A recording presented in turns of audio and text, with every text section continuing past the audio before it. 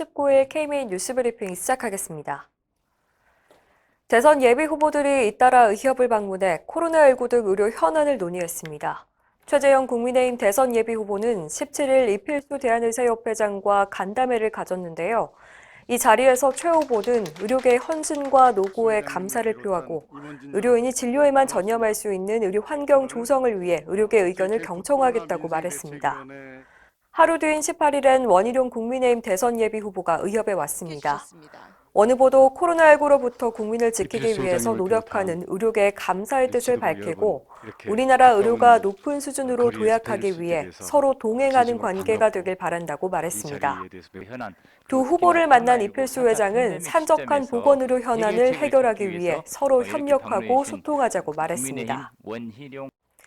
정부가 아스트라제네카 백신의 접종 연령을 낮추자 의료계가 심각한 우려를 표하고 있습니다. 원래 아스트라제네카 백신의 권고 연령은 50세 이상이었는데요. 최근 질병관리청은 30세 이상 연령층에서 희망자에 한해 접종을 허용한다고 밝혔습니다.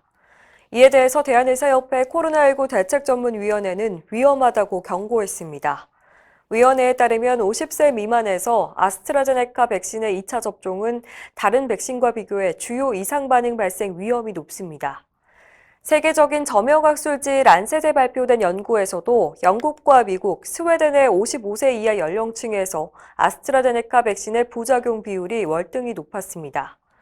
위원회는 50세 미만의 아스트라제네카 백신 접종은 논의가 더 필요하다며 질병청의 적용 범위 확대에 대해서 심각한 우려를 표한다고 강조했습니다.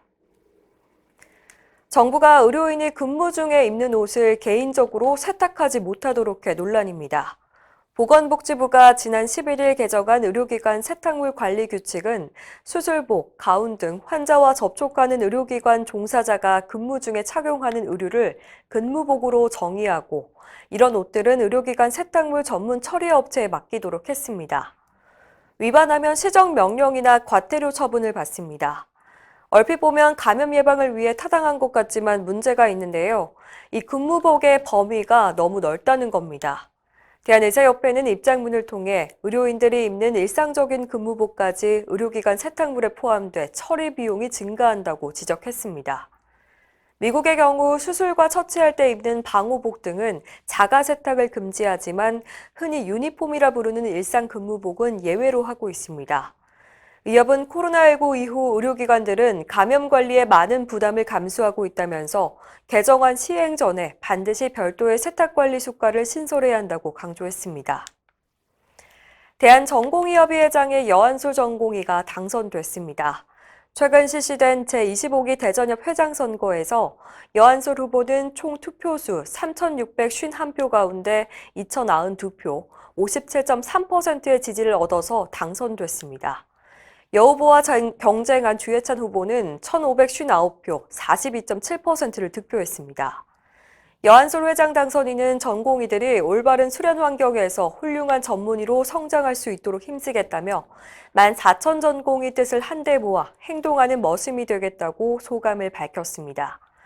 여 당선인은 선거 공약으로 투명한 회무와 재정, 언제든지 투쟁할 수 있는 효율적이고 강력한 조직 구성, 전공의들의 목소리가 반영되는 수련환경평가위원회 조직 개선, 빠른 민원 처리와 복지사업 확대 등을 내걸었습니다. 한의원을 상대로 전문의약품을 판매하는 행위가 여전한 걸로 드러났습니다.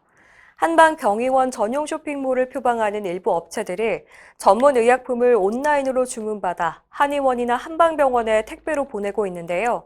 한 업체의 경우 응급의약품인 에피네프린부터 스테로이드 제제인 덱사메타손, 국소 마취제인 리도카인 등 44종의 전문약을 버젓이 팔고 있습니다.